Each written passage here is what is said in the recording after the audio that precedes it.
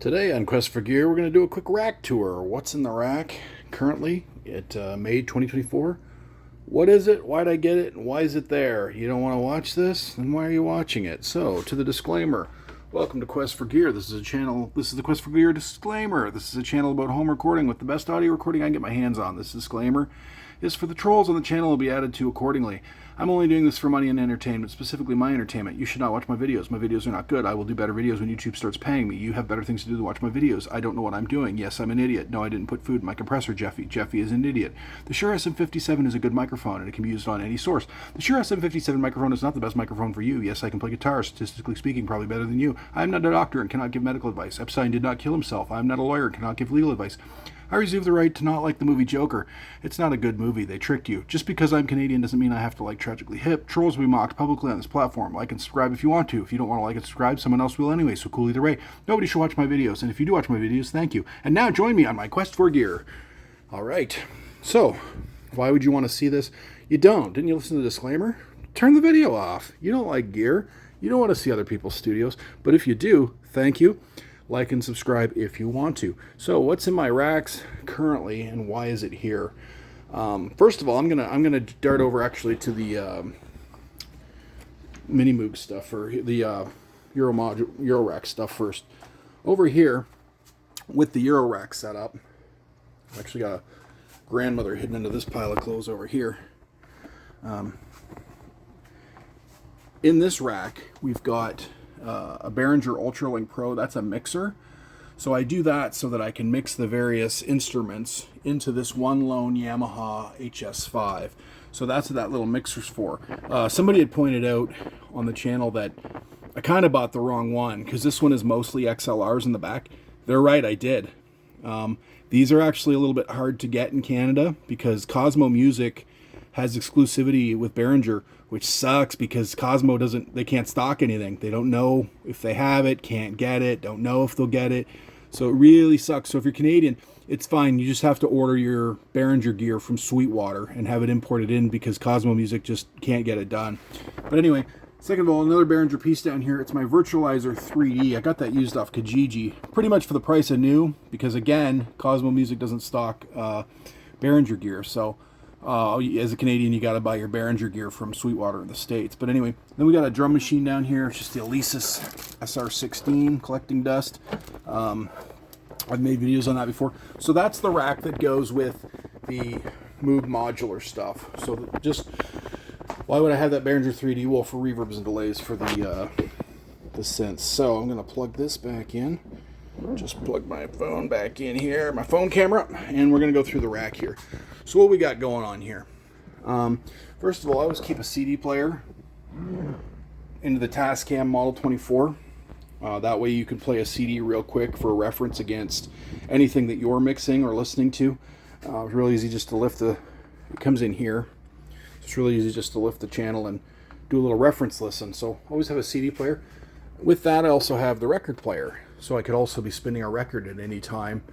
And same thing, it comes in the same channel. Kind of handy. I've called this the utility, the useless channel before, but to have my CD player and my vinyl in here all at the same time, I love it. I don't use the Bluetooth because I don't think music should be listened to over Bluetooth. I think it's not worth the hassle. But in these racks, I've got twin Alto Spectre analyzers. So those allow me to give me a light show based on the frequencies that are coming in. I'll do a video on them. But I've got two of them. Just if I have a problem frequency and my ear and brain can't find it, then you can visually find it. But we will go through them. I don't think they make these anymore. I don't even know if Alto's a company anymore. But we've got two of them. And we've got one rack power here off Amazon. So then we've got another Behringer gear. Again, you have to order this from Sweetwater. You can't get it from Cosmo Music. Cosmo Music doesn't know what they're doing. They can't stock it. They don't know if they have it. They don't know if they can get it. So good job, Behringer, giving all your distribution to Cosmo. They're doing a bang-up job up there in Toronto. But anyway, yeah, so here we have the Behringer rack tuner. This is just so that anyone can walk up and put blood on here. I don't know what that is. Gone now. It's under my fingernail now, whatever that blood was. That was weird brown liquid. Anyway, It's so anyone can walk up and put their guitar or bass into here. Also, this has a light. I don't know if I can make the light work. How do you do that? Oh, yeah. Yeah. Yeah, there's a light. It kind of sucks. But anyway, it's not great. At least this one isn't. I don't know if it's burnt out.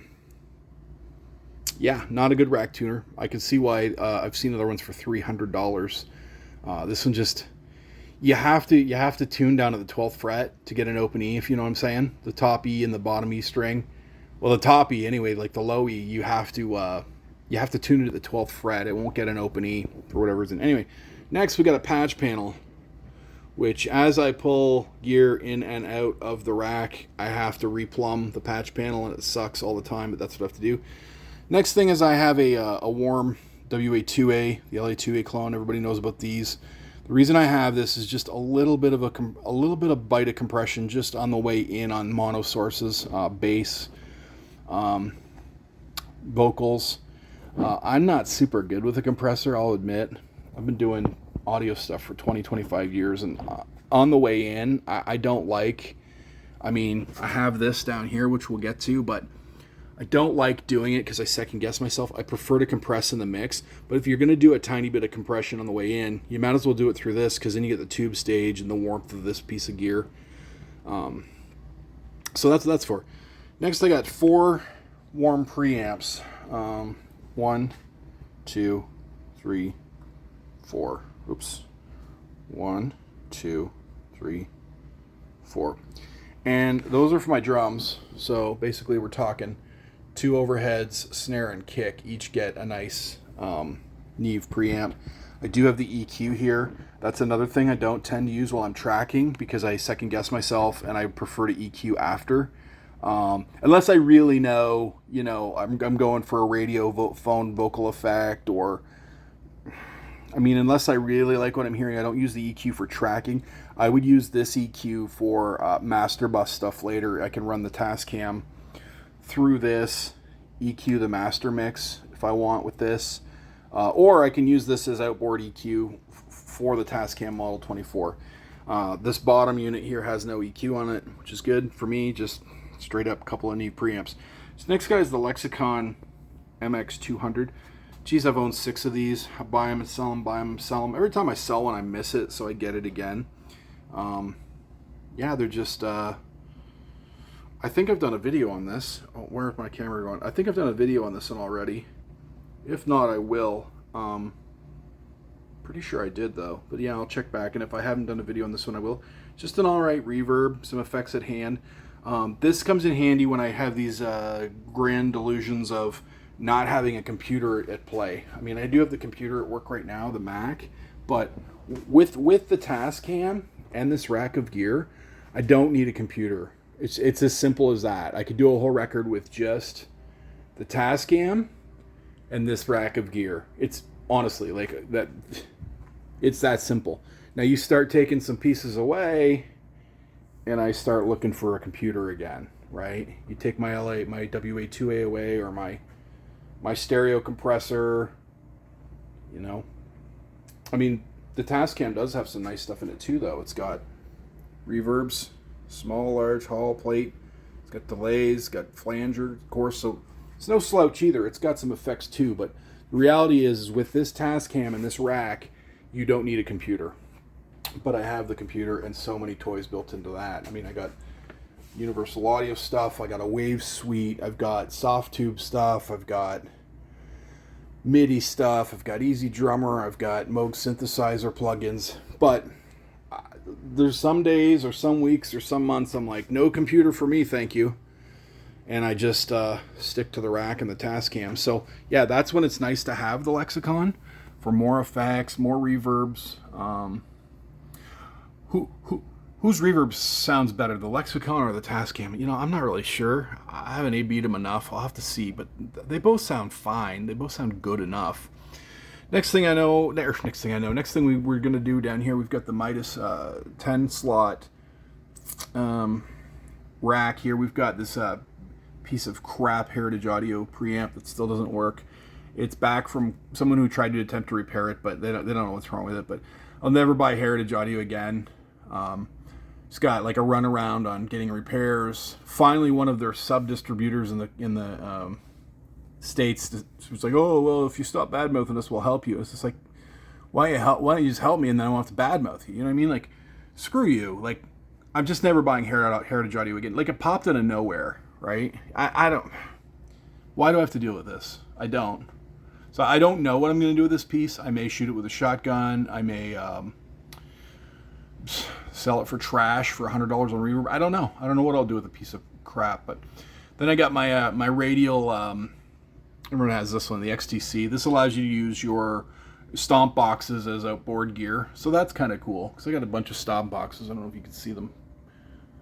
I got more than that under the television there. That's another rack of stomp. I got stomp boxes coming out my yin yang here. And then we've got the legendary Pro VLA2, cheapest stereo compressor you can buy, but even big studios have them. And again, I don't like to track through it because I don't trust my ear in the heat of that, especially when if I got a band down here and they're making lots of noise. I don't have a control room, so good luck hearing if the tracking you're doing is good or not. So yeah, and then I got a drawer. Drawers are actually pretty expensive. Just a drawer of stuff. And then this other rack down here. I built these two junky racks, by the way. You can buy these rack rails are cheap as heck on avshop.ca. And then I've got power down here. Power. And yeah, that's what's in the rack. And yeah, I could make a record with just the rack and the Tascam, no problem. Of course, you'd need something to mix down to, but you'd need that anyway. Like, yeah. So right now I'm mixing down to the computer. So I do need a computer for once a track's all mixed. You got to mix it down to something. So I'll mix down to the computer. Then you get your 2-track stereo. Your mix. And you send that off to mastering, which my guy that was doing that for me is dead, unfortunately. I may try to use one of the Guided by Voices guys, Todd Tobias. Might see if he can master. Of course, Kramer of Shimmy Disc fame, Bongwater fame. He's affordable when it comes to mastering, but I don't know. I could try a cheapy master on myself. I've done that in the past too. As long as it sounds good on the format, it's not going over. If you're cutting vinyl, there's some extra consideration there. But so yeah, anyway, that's a rack tour. So, well, thanks for watching, guys.